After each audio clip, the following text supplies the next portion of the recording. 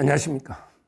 오늘 2시에 그 헌재에서 이창수 서울중앙지검장, 그리고 이제 그 조상원 3차장, 그 다음에 그 반부패 2부장 최재훈 3명에 대해서 이제 그 첫 재판이 열립니다. 근데 이게 말이 됩니까? 74일 만에 그 첫 변론이 열린다. 아무런 이게 탄핵 사유가 없는데 이제까지 끌다가 74일 만에 오늘 첫 변론이 열린다. 심각한 게 문제죠. 처음에 그 변론 준비 기일에 노쇼, 끝나 정청래 팀이 나타나지도 않아서 한 2, 3분 만에 끝나버리고요. 그 이후로 그 준비 절차로 쓸데없는 걸 3번 끌다가 이번에 첫 재판을 공식 변론을 하는 겁니다.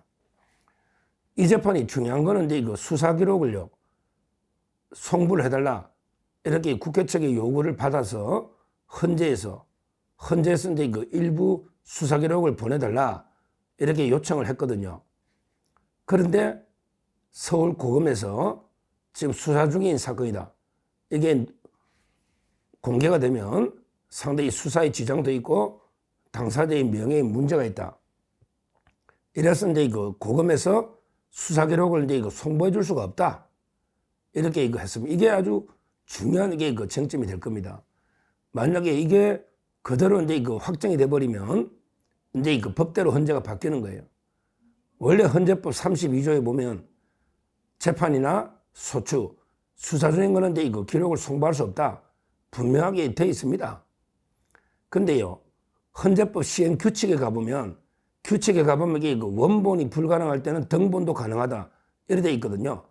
이거는 이제 송부가 가능한 서류 중에서, 송부가 적법한 서류 중에서 원본이 곤란할 때 사본할 수 있다. 이런 일반적인 조항이지, 이런 규칙 가지고 수사나 재판 중의 기록을 보내달라. 이거는 말도 안 되는 해석이죠. 이거는 정말 법대 1학년도 해석할 수 있는, 이걸 헌재가 말도 안 되게 심판 규칙에 원본이 불가능할 때는 등본을 받을 수 있다.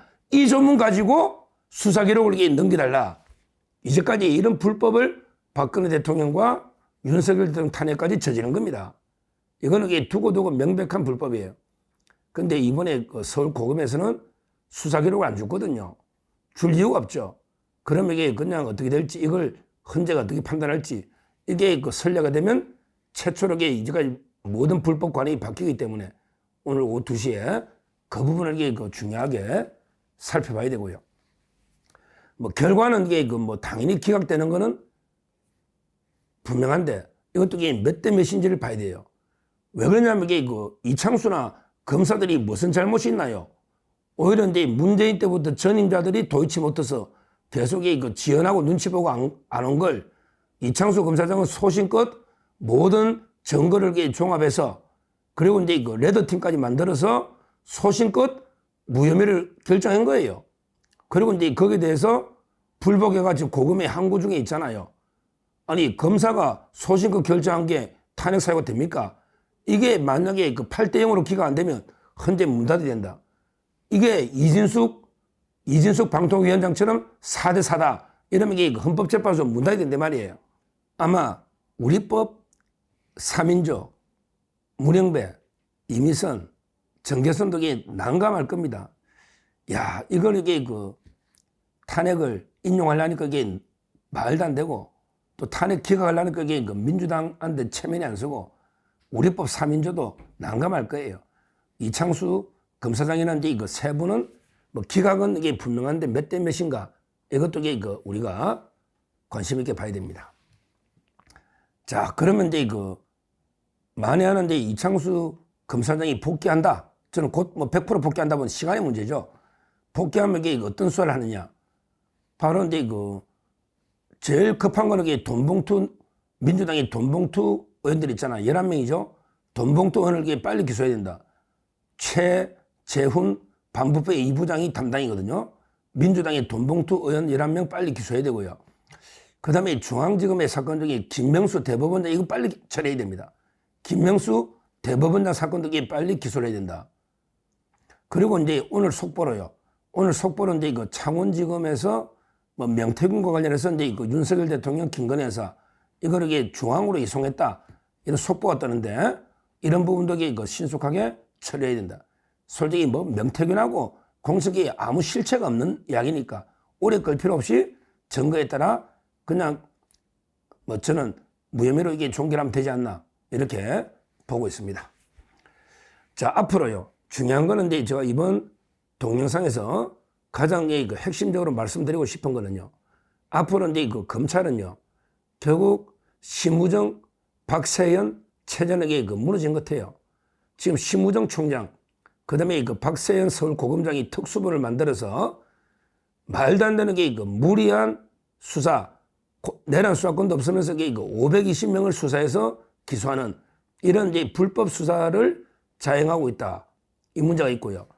그리고 이제 그 심우정 총장은 윤석열 대통령이 구속 기소와 관련해서 두 번이나 그 기간 연장이 안 되고 수사를 하나도 못했으면 이게 그 당연히 석방해야 되는데 공수처의 부역자처럼 윤 대통령을 이게 그냥 날짜가 10일이 지났다는 논란도 있는데 그냥 구속 기소해버린 이런 데 말도 안 되는 검찰의 위상을 추락시킨 이런 데 그 잘못이 있습니다.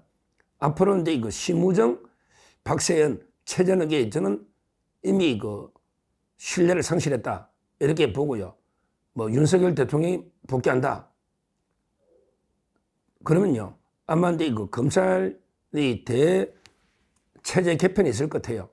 지금 가장 이제 그 대통령이 신임하는 2명을 꼽으라면 바로 이제 그 이창수 서울중앙지검장하고요. 그 다음에 그 대검의 차장 이진동 대검 차장입니다. 이진동. 이분은 이제 그 심우정 총장하고 총장 경합을 했던, 원래는 이제 그 누가 총장 될 거냐. 그때 그 심우정 총장, 그 다음에 그 이진동, 이분이 끝까지 경합을 했던 분이에요. 원래는 이제 이렇게 경합을 하면 요직에 배치를 안 해요.